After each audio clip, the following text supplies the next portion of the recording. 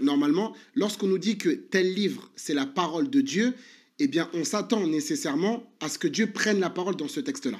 C'est pour ça que quand vous regardez par exemple la Torah, on voit que à plusieurs reprises, eh bien, Dieu parle, donne des ordres, des recommandations et qu'il s'adresse à ses fidèles.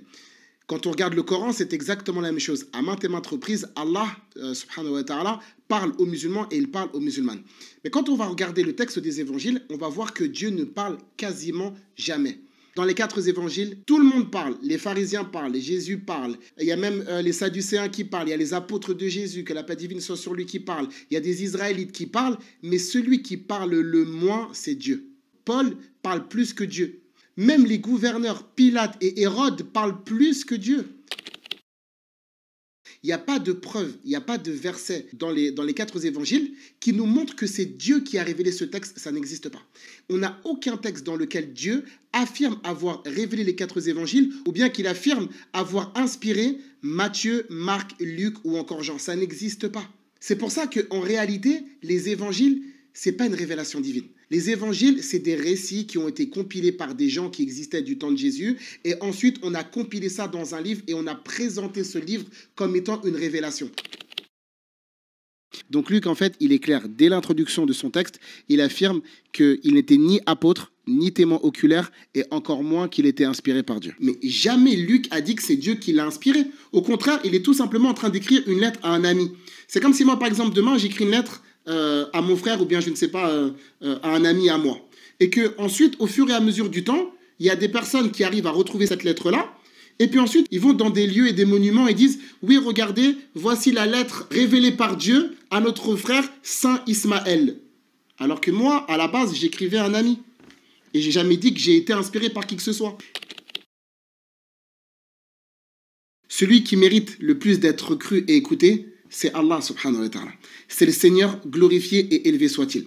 S'il n'a jamais affirmé avoir inspiré les évangiles, qui sommes-nous pour dire le contraire? Dans les 4 évangiles, il n'existe aucun verset, aucun passage dans lequel Dieu affirme avoir inspiré Matthieu, Marc, Luc et Jean. Ça n'existe pas. J'ai dit les évangiles, je n'ai pas dit l'évangile. Attention.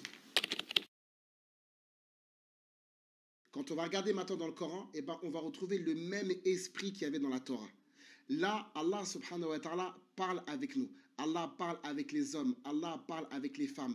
Allah parle avec les croyants. Allah parle avec ceux qui ne sont pas croyants. Allah parle avec tout le monde. L'Éternel reparle à sa création. Le Coran va venir pour rétablir cette relation, ce lien qu'il existait entre le Créateur et les créatures. Et justement, les garanties qu'on va trouver dans le texte du Coran, eh ben, c'est des garanties qui n'existent nulle part ailleurs en termes d'authenticité et de véracité. Ce type de verset-là, eh bien, il y en a plusieurs dans le Coran, notamment dans la sourate 32, le début de la sourate 32, le début de la sourate 39, 40, 41, 42, 43, 44, 45, 46.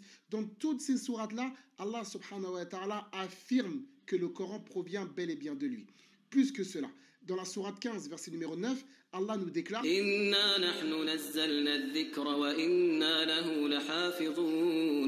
assure la sauvegarde de ce livre, la préservation contre l'altération, contre la modification, contre la falsification, contre l'ajout et la suppression. » Et cette garantie n'existe que dans le Coran. Une garantie dans laquelle l'Éternel, Allah subhanahu wa ta'ala, parle directement en affirmant avoir révélé la révélation et qu'il assure que c'est lui qui assure la sauvegarde. Cette déclaration aussi appuyée n'existe que dans le texte du Coran. Cette garantie, par exemple, n'existe pas dans les évangiles. Nulle part Dieu affirme avoir révélé les évangiles et nulle part il affirme protéger et garantir l'authenticité de ce texte-là. Ça n'existe pas dans les évangiles.